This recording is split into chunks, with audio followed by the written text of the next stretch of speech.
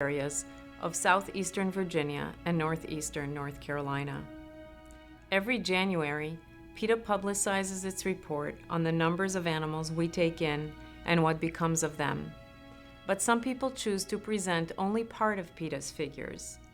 We invite you to take a look at the animals behind the numbers. Every one of them is an individual. Every one of them has a story. The suffering of thousands of animals has been prevented, alleviated, or ended, and their lives have been saved or improved thanks to PETA's field workers: Emily, Amanda, Jess, Laura, Heather, Kat, Jen, and Holly. Every day and night, in all weather extremes, we answer calls for assistance from some of the poorest communities in this part of the United States, where animals have no one else to help them. I had no idea when I first came to PETA that there are people who keep their companion animals outdoors 24/7 and can't be bothered to provide them with food and water, much less take them to the vet when they are sick, injured, or even dying.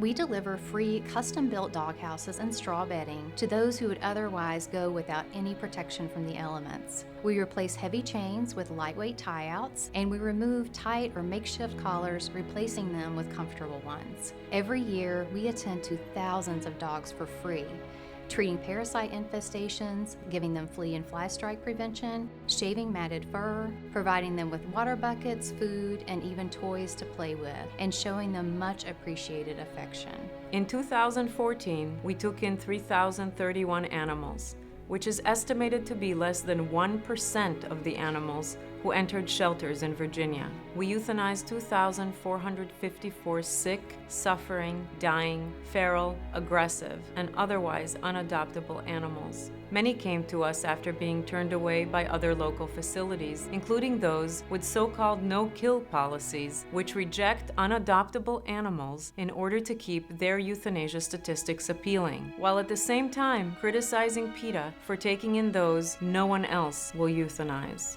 We never want to euthanize an animal for being homeless.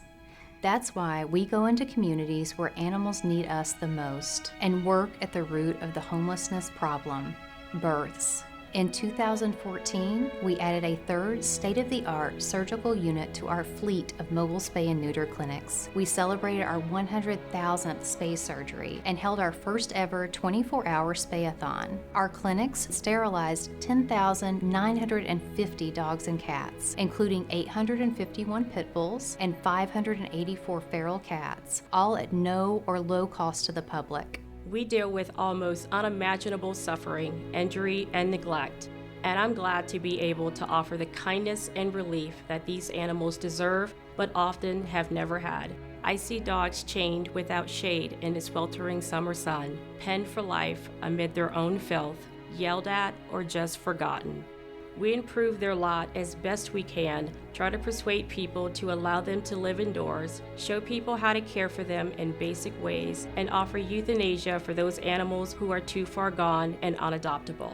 When you look at PETA's figures, keep in mind that more than 500 of the animals we euthanized were brought to us by loving but destitute guardians desperate to relieve their animal companions' suffering from old age, illness, or injury. PETA provides this free community service that most other shelters do not.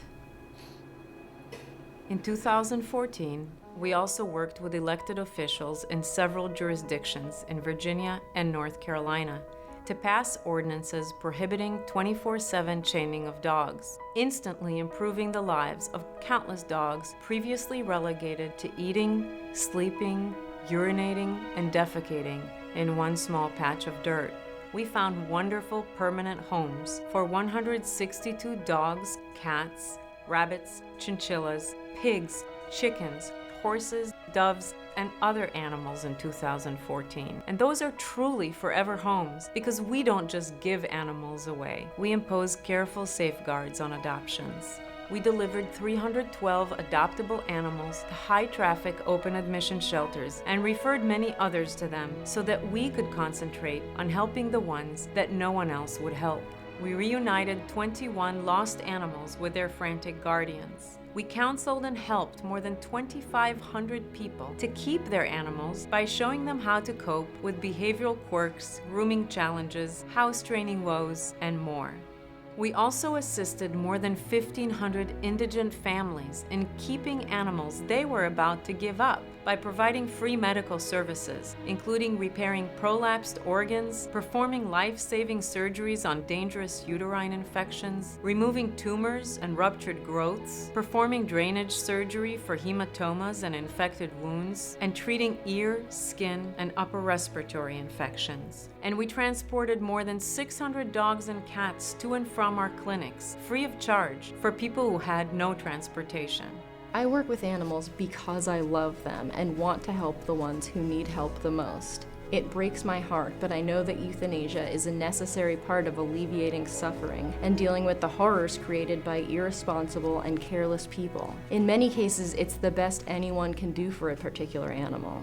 Euthanasia of homeless animals exists because people continue to buy animals instead of adopting them and to breed animals instead of sterilizing them. Those simple choices can either hurt or help countless animals. The homeless animal crisis is a national one. Millions of dogs and cats across the country need your help today. Every day, we work hard to prevent and end cruelty, neglect, homelessness, and needless euthanasia. Please help by always adopting animals and never buying them from breeders or pet stores. Get them spayed or neutered too. Work to pass laws that would require animal care standards, ban tethering, ban breeding, and ban animal sales by pet shops. Volunteer at your local animal shelter. And please, if you see animal abuse, try to stop it, or at least report it. Thanks for watching and for caring. Please share this video.